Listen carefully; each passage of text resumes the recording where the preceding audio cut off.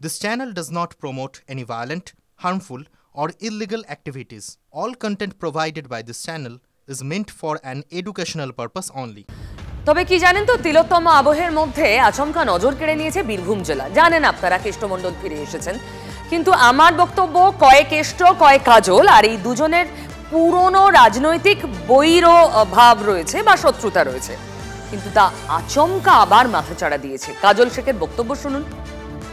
Mascot spin control ল্যাবের পরীক্ষায় এটি প্রমাণিত। কেয়াসেট আলোপেক্স পেন্টা অ্যাক্টিভ নতুন চুল গজাতে সাহায্য করে, চুল পড়া বন্ধ করে। Keya Seth Alopex penta active 10 hair fall প্রবলেমের একমাত্র সলিউশন। মুখ্যমন্ত্রী মমতা বন্দ্যোপাধ্যায়ের কাছে বীরভূম জেলার অভিভাবক অনুব্রত মণ্ডল মহাশয়ের কাছ থেকে তারা যে দিশা দেখাবেন, যে পথ দেখাবেন, সেই পথে আমি চলব। কিন্তু গুরুত্বাজি দয়া করে করবেন না, গুরুত্বাজি দয়া করে প্রয়োজন নেই, তাদের জন্য ঠাঁই হবে না।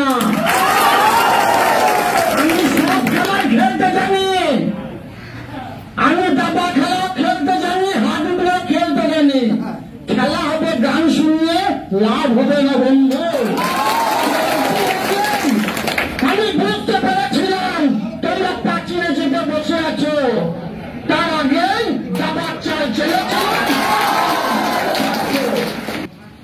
আমি পঞ্চায়েতে 5% খেতে আসেনি, আমি নদীর পানি তুলে 5% আসেনি। যদি দেখা পথে চলে সোজা পথে আনার রাস্তা আমাদের জানা আছে। পাঙ্গা নিতে শোনা, আমি চুল করে বসে নাই।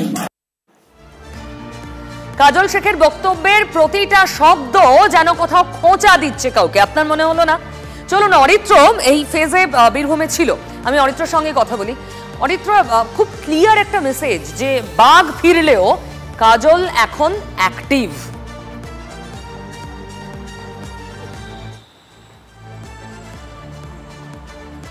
দেখো পিউদি, একদমই বীরভূমের রাজনীতিতে কাজল কেষ্টের দ্বন্দ্ব কিন্তু সর্বজন বিদিত। দীর্ঘ 2 বছর সময়ে কাজল শেখ তার যে হাতে দলের দায়িত্ব বা বীরভূম জেলার রাজনৈতিক রাশ নিয়েছিল, কিন্তু অনুব্রত মণ্ডলের ফিরে আসার পর থেকে কোথাও গিয়ে প্রশ্ন ঘোরাফেরা করছিল যে সেই পুরনো দ্বন্দ্ব কি আবার মাথাচাড়া দেবে। দেখো, প্রশ্ন শেষ হতে না হতেই কিন্তু উত্তরটাও বেরিয়ে এলো, কারণ অনুব্রত মণ্ডল বীরভূম জেলায় ফেরার 24 ঘন্টার মধ্যেই কোর কমিটির বৈঠক ডাকলেন। সেই বৈঠকে হাজির হলেন না কাজল শেখ। তিনি কোথায় ছিলেন? তিনি তার একাধিক রাজনৈতিক কর্মসূচি সেরে বাসাপাড়ার তৃণমূলের যে পার্টি অফিস সেখানে গিয়েছিলেন, আর সেখানে গিয়েই তার যে বক্তব্য আমরা ইতিমধ্যেই শোনালাম, সেই বক্তব্যের প্রত্যেকটি ছত্রে ছত্রে কাউকে একটা প্রচ্ছন্ন হুঁশিয়ারি দিচ্ছেন বা কাউকে একটা আগাম সতর্ক করে রাখছেন যে কাজল শেখ খেলতে জানে, তার সাথে কোনো খেলা যেন কেউ না খেলে।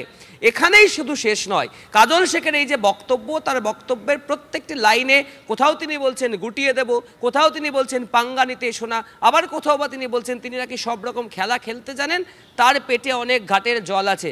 অর্থাৎ কোথাও গিয়ে রাজনৈতিক মহলের একটা অংশ মনে করছেন যে পুরনো যে শত্রুতা বা পুরনো যে দ্বন্দ্ব কেষ্ট কাজলের, সেই দ্বন্দ্বটা একটু একটু করে মাথাচাড়া দিচ্ছে। ধন্যবাদ। আমি এই নিয়ে রাজনৈতিক বিশ্লেষক সুমন ভট্টাচার্যের কাছে যাব, কিন্তু তার আগে বামেরা মিছিল বের করেছেন।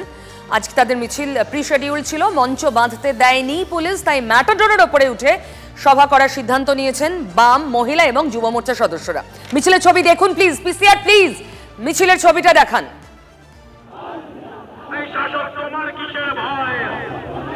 সৌরভ, শুনতে পাচ্ছ?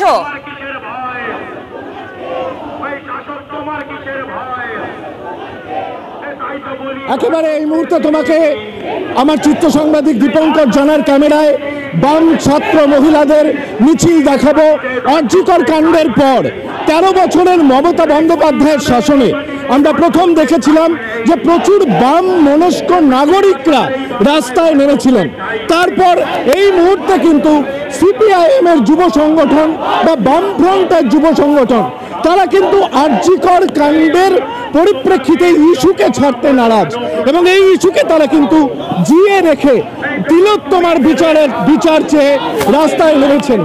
এই ইস্যুকে আপনারা জিয়ে রেখে বলতে পারি, বা এই ইস্যুকে আপনারা প্রতিদিন রাজপথে আপনারা বলছেন যে রাজপথ ছাড়ি নাই, তিলোত্তমার ভয় নাই, রাজপথ ছাড়ি নাই। তা কোন দাবি আজকের মিছিল সবাই মিলে? না, বিচার যদি হয়, দোষীরা যদি শাস্তি পায়, তাহলে আমরা রাস্তা ছেড়ে দেবো, তাহলে তো আর এই আন্দোলন করবো না। কিন্তু কিন্তু আমরা মনে করছি, আমরা বিশ্বাস করছি যে সিবিআই যে তদন্ত করছে সেই তদন্তে যাদের শাস্তি হওয়ার কথা তারা শাস্তি পাচ্ছে না। আপনারা সিবিআই এর বিরুদ্ধে লড়াই। আমরা মমতা বন্দ্যোপাধ্যায়ের সরকার, পুলিশ যেই ঘটনা ঘটিয়েছে, প্রমাণ লোপাট করেছে দিনের আলোর মতন স্পষ্ট, কিন্তু সেই পুলিশকে, সেই সরকারকে বাড়তি অক্সিজেন কি সিবিআই দিতে চাইছে? এই প্রশ্ন করতে আপনারা আবারও বিজে মূল তত্ত্ব সামনে আনবেন? এটা তো ভোটের আগে জানি না, বিজে মূল বলছি না, আমি বলছি সিবিআই এর তদন্তের এত সময় কেন লাগে? অনুব্রত তো বেরিয়ে গেল। ঠিক একই কথা তৃণমূল কংগ্রেসও বলছে যে চুপ কেন সিবিআই, তিলোত্তমার বিচার চাই। আগামী সোমবার মহিলা। একদম সৌরভ, তোমাকে অনেক ধন্যবাদ। আমার হাতে সময় নেই, শেষ করবো নিউজ 2 সঙ্গে থাকুন।